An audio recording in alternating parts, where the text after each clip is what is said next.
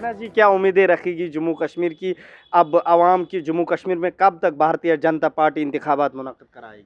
देखिए, हमारे home minister Amit Shah साहब ने और प्राइम मिनिस्टर साहब ने भी कहा है, जैसे ही यहाँ डिलिमिटेशन जो है वो पूरा हो जाएगा, जिसकी कार्रवाई आखिरी मरहले में है, उसकी ड्राफ्ट रिपोर्ट एसोसिएट मेंबर्स को दी है। अब यही ड्राफ्ट रिपोर्ट पब्लिक डोमेन में आएगी और उसके बाद जो पब्लिक की तरफ से कुछ ऑब्जेक्शंस या कुछ सजेशंस कमीशन को दिए जाएंगे, उसको फाइनल कॉल कमीशन लेगा और उसके बाद यहाँ की असेंबली को तश्कील दे दिया जाएगा और उसके बाद यहाँ असेंबली के इलेक्शन होंगे। और यकीनन आप देखिएगा कि बहुत जोश व खरोश के साथ जम्मू कश्मीर में इलेक्शंस होंगे। 3 टायर सिस्टम यहाँ पंचायती राज सिस्टम का पहले ही बना दिया गया है। डीडीसी मेंबरान का कहना है कि हमें बंद रखा जा रहा है, हमें काम नहीं करने दिया जा रहा है, खासकर वादी कश्मीर। अगर कहीं कहीं सिक्योरिटी के मामले हैं तो वो हमारे लिए लाजमी है।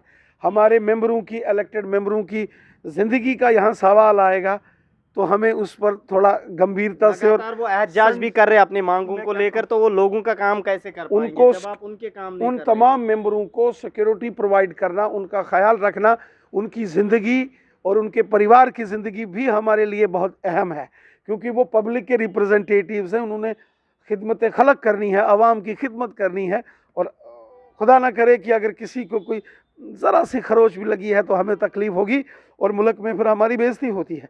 इसलिए उनकी सिक्योरिटी भी हमारा कंसर्न है, उनके फैमिली का सिक्योरिटी रखना भी हमारा कंसर्न है। और जब यहाँ असेंबली के इलेक्शंस होंगे और यहाँ चुनी हुई सरकार होगी तो लोगों को और फ़ायदा होगा।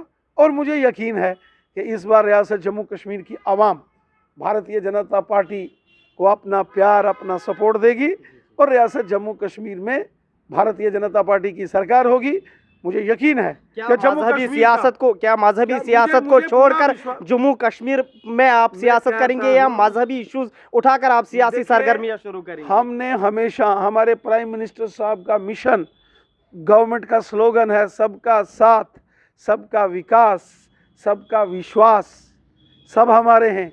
यही प्राइम मिनिस्टर मोदी साहब और बीजेपी की हुकूमत है। जिस प्राइम मिनिस्टर मोदी साहब ने पार्लियामेंट में कहा था कि मैं अपने जो मुसलमान कम्युनिटी के जो बच्चे हैं, मैं इनके एक हाथ में कुरान तो दूसरे हाथ में कंप्यूटर देखना चाहता हूं, यही हमारा मंशूर है। सब हमारे हैं। ये हिंदुस्तान जमीनी सतह पे मजहब पे सियासत की जा रही है भाजपा की तरफ से।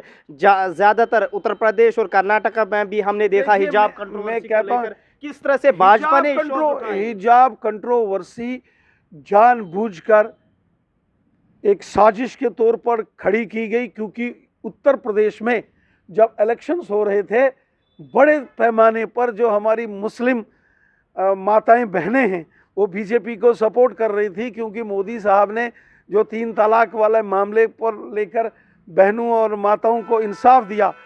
बड़े पैमाने पर उत्तर प्रदेश में जो मुस्लिम बहनें हैं वो उनका मन बना था और उन्होंने इस बार बीजेपी को वोट भी किया है वहाँ। इसके बावजूद कि इस किस्म का प्रोपेगेंडा किया गया। इस समय पूरे हिंदुस्तान में कॉलेज स्कूल बंद हैं कोविड के चलते। कैसे एक कॉलेज के अंदर वो वीडियो बनाया गया, कैसे वो सारा ड्रामा किया, वो टोटल एक ड्रामा था। वो एक जैसे जैसे लड़की थी, दूसरे तरफ मैं कहता हूँ वो तालबिलम भी थे या जो भी था, मुझे उसमें उसकी इंक्वायरी होनी चाहिए। मुझे उस पर डाउट है कि उसको फिल्मी अंदाज में शूट कराया गया। जब कॉलेज बंद है, कॉलेज में कोरोना लॉकडाउन छुट्टियां हैं, बच्चे क्या लेने के लिए जाएंगे कॉलेज में? वो टोटल एक फिल्म की शूटिंग के जैसा एक माहौल बनाया गया और टोटल उसका कारण था कि उत्तर प्रदेश में जो मुस्लिम बहनें हैं, जो माताएं हैं, जो बीजेपी को एन ब्लॉक वोट कर रही थी, उनको डराने के लिए ये साजिश की गई, जिसका जिक्र प्राइम मिनिस्टर मोदी साहब ने यूपी की रैली में भी किया कि जब मुस्लिम इन लोगों ने कांग्रेस और जो हमारे एक बड़े लीडर हैं हैदराबादी हैं, जो चाचा जान हैं, बड़े खतरनाक भाईजान, वो पंगा डाल देते हैं ना, वो उनको लगता है कि ये अगर ये मुस्लिम भी बीजेपी में चले गए तो वो जो हैदराबादी भाईजान की सियासत खत्म हो जाएगी। तो वो ऐसा प्रोपेगेंडा बी टीम का काम कर रही है बीजेपी का। तोबा तोबा तोबा, उनसे बचाए, खुदा बचाए उनसे। जो वो तक ये ऐसी टीम नहीं होती है जनाब, खुदा बचाए। ऐसे सियासत करते हैं, हैदराबाद में कुछ करते हैं और जाके वो मुझे तो लगता है इस सारे मामला जो हिजाब वाला हुआ है इसकी सीबीआई जांच होनी चाहिए। ये इस मामले में ये मुझे पूरा शक है, ये हैदराबादी जो भाईजान है ओवैसी साहब ये इसमें इन्वॉल्व है, क्योंकि ये सारे लोग बीजेपी को वोट करने वाले थे। ऐसा इश्तिहाल अंगेजी करते हैं जनाब, आप मत पूछो। और जम्मू कश्मीर में भी कुछ लोग हैं, इलेक्शन आता है तो एक नोटिस निकाल दिया गया, जी सूर्य नमस्कार करो कॉलेजेस में।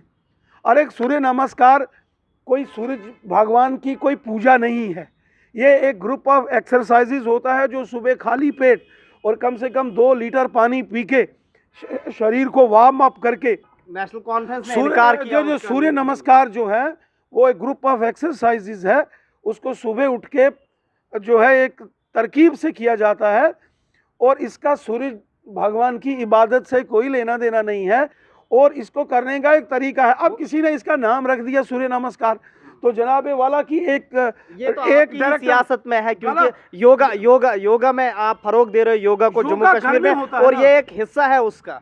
देखिए योगा तो सऊदी अरब में भी एक वहाँ की एक लड़की है जिसको इंटरनेशनली रिवार्ड मिला है, जो वहाँ के लोगों को भी कहती है योग करो अपने सेहत की तंदुरुस्ती के लिए। इसमें भी आपका हाथ था, आप लोगों का सियासत करने का। मैं कहता हूँ नहीं जनाब, हमने बार बार कहा ये प्रोपेगेंडा है, क्योंकि इलेक्शन आने वाले हैं और जम्मू कश्मीर के अंदर हमारे जो मुसलमान भाई बहन हैं वो अब बीजेपी की तरफ रुझान कर रहे हैं, लोग बीजेपी को वोट दे रहे हैं।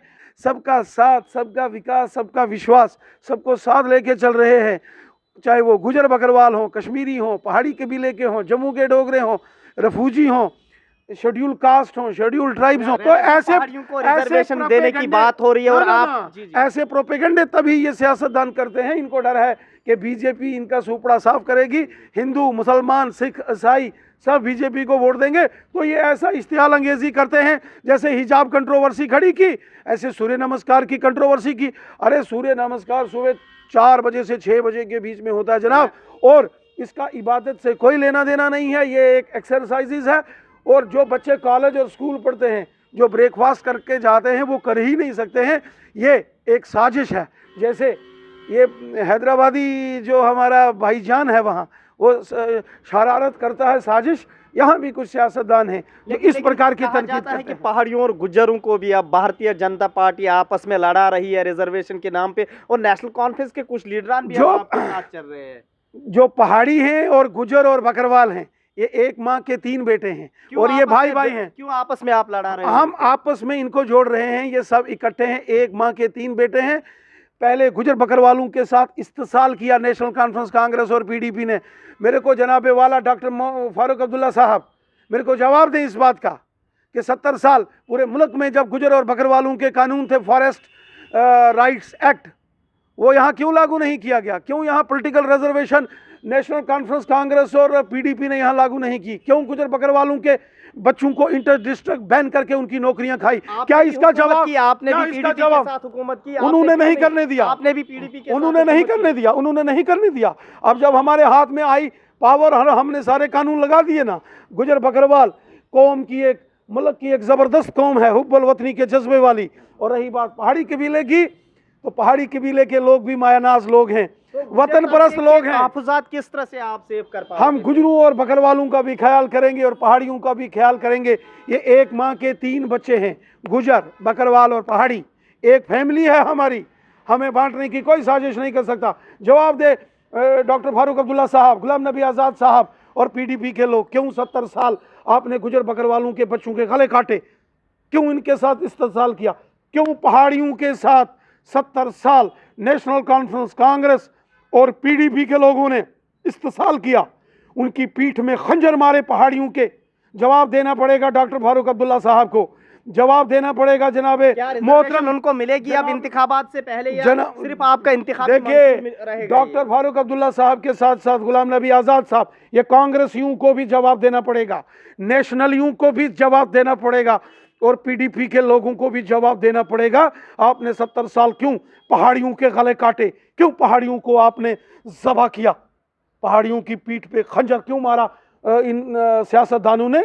और आज जब पहाड़ी कौम, पहाड़ी कबीला जाग गया है, उस वक़्त ये फिर से इश्तिहाल अंगेजी करते हैं। पहले इन्होंने गुजर बकरवालों के बच्चों को ज़बह किया, उनके गले काटे, उनकी नौकरियां खाई, और अब ये पहाड़ियों के पीछे पड़े हैं। ये गंदी सियासत अब नहीं चलेगी, आवाम जाग चुकी है। इसलिए मोदी साहब का नारा है सबका साथ, सबका विकास और सबका विश्वास, सब हमारे हैं। चलिए जी, बहुत बहुत शुक्रिया। ये थे हमारे साथ भारतीय जनता पार्टी के सीनियर लीडर और जम्मू कश्मीर यूनिट के सदर रविंदर रैना जी, जिन्होंने कहा कि उम्मीदें जाहिर की उन्होंने कि जम्मू कश्मीर में जल्द अज जल्द इंतखाबात मुनक्किद कराए जाएंगे। हदबंदी कमीशन का रिपोर्ट जो हतमी फैसला आने के बाद ही जम्मू कश्मीर में जल्द अज जल्द इंतखाबात कराए जाएंगे। अब देखना ये ज़रूर होगा कि जम्मू कश्मीर में कब इंतखाबात कराए जाएंगे ताकि जम्मू कश्मीर में जमहूरी तर्ज की हुकूमत अमल में लाई जाए। ईटी भारत उर्दू के लिए जम्मू से मैं मोहम्मद अशरफ।